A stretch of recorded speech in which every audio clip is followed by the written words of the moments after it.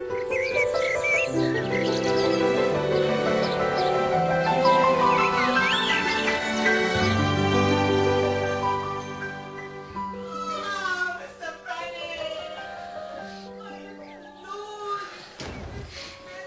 me your handkin, Lizzie. Oh, you're Miss Price of Hammersmith. Yes. I thought you felt funny. Well, I often get into bed with Lizzie in the night. She strokes my back when it's time to wake. Oh, I'm Lydia, by the way. I know. What preparation do you use for your hair? It's most pungent. Okay, look, I've had enough of this. What's the deal here? Are we live on cable or something? Is this like the Jim Carrey thing, but period? Where are the cameras? Well, come on! What are you after, guys? A bit of girl-on-girl action under the covers? What do I have to do to get out of here? Snugger? Show you my pubes? What have you done to yourself? That's called a landing strip, Lydia. Standard pubic topiary. The fit of her breeches is really quite extraordinary. The breeches are as nothing but an hour. Good morning. Good morning, Miss Price. Did you sleep? I did. Thank you. Please sit here next to me. I'm Jane. My sisters, I think you've already met. There is chocolate and green tea and marmalade, for which Hill makes exceptional toast. Sorry we cannot offer you anything more amusing.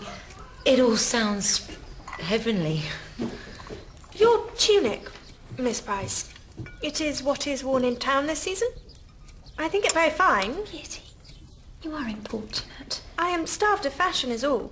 This is otter hunting kit. Goodness. Are otters routinely hunted in Hammersmith? Oh, yes. The belt, therefore, is for the attachment of gralloching knives.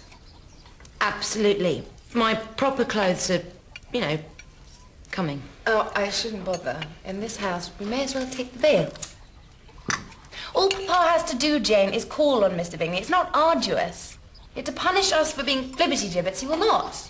I think you'll find that...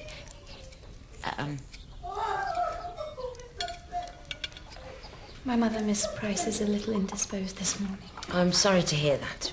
She suffers from her nerves. Yes. Have you met my mother? I've yet to have that pleasure. Who is that? He sits as horse well. I'll tell you exactly who that is. Oh, Mr. Bingley. It is unutterably kind of you to call. Common courtesy, madam. Neighbours, so forth.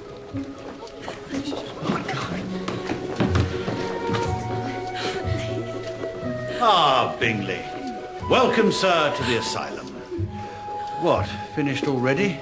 You have devoured Rousseau apace. Find him eminently digestible. Gentlemen are acquainted. We've known each other, hours. We lend each other books. It is practically a marriage. That's Mrs. Bennet. You did not say, Mr. Bennet. I lacked the opportunity. Mr. Bingley. And yes, he's looking at Jane. Bingley, you've words to say in this house. Speak 'em up sharp. Now, let us sort the sheep from the goats. My daughters Jane, Mary, Kitty, Lydia. Elizabeth, the very goatiest, is not here. In her stead, we have Miss Amanda Price.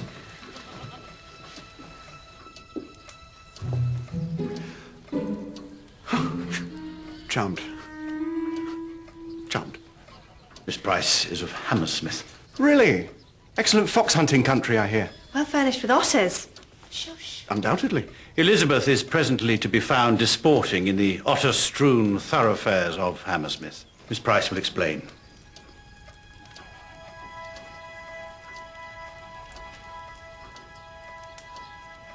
Lizzie's gone to my place. She's, as it were, trying to write a book. A novel. She's tried to write it here, but she finds the life of the house distracting. My place, it seemed logical that she should dig in there for a day or two. get something down on paper. She intimated to me she would be gone for weeks. Did she? Well. Anyway, we've done a sort of swap. She's there, and I'm, here. But why, Mr. Bennet, at such a time like this, with... Lizzie begs your forgiveness for not explaining these plans more thoroughly. I think she wanted it to be a, you know, surprise. I call it a marvellous idea. Right in. All in favour of that. Mr. Bingley, are you at all disposed to join the dancing tomorrow night at the Assembly Rooms? Royally disposed, Mrs. Bennet. I've summoned hordes of friends from London. We should be quite a party. He means Darcy. One that could only be enhanced should you consent to join it. All of you. Too kind, sir, but I must beg to be excused. Large gatherings of society bring me out in hives. As do small gatherings. Stop looking at me, Bingley. Look at Jane. It is a pity that Miss Price's portmanteau has failed to appear. We must endeavour to furnish her with clothes that are a little less provoking of attention. So exciting. Lizzie made this for herself. It's lovely. What are you thinking, Miss Bennet? I'm thinking how pretty you shall be for Mr. Bingley tomorrow. Never mind the Bingley, bring on the Darcy. He's the one we want to see. You know this gentleman to be part of Mr. Bingley's party? I'm guessing. Out loud, terrible habit. I must say, Mr. Bingley seemed a very nice man. I mean, he'd be a good person to marry. I'd quite like to clean my teeth. Is that possible? Of course. The instruments are ready before you. See, I brought birch twigs, powdered salt, and a fresh block of chalk. Right, thank you. Splendid.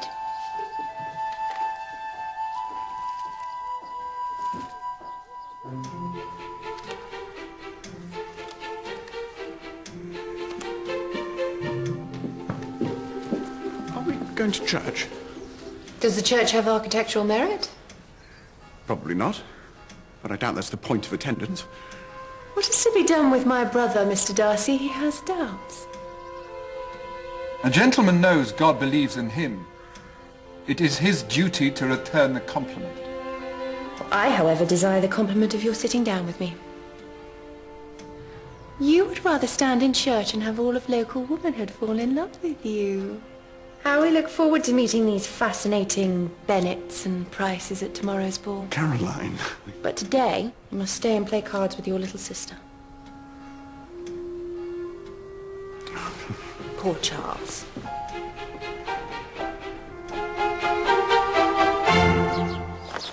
you have a salter, Miss Price? Is that like a picnic thing for seasoning sandwiches? More for the recitation of psalms. Not on me. How kind.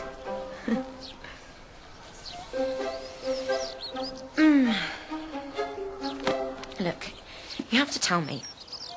Has there been anyone else like me turning up here? Like you, Miss Price? Bit odd, talks funny, doesn't know how things operate. Not really.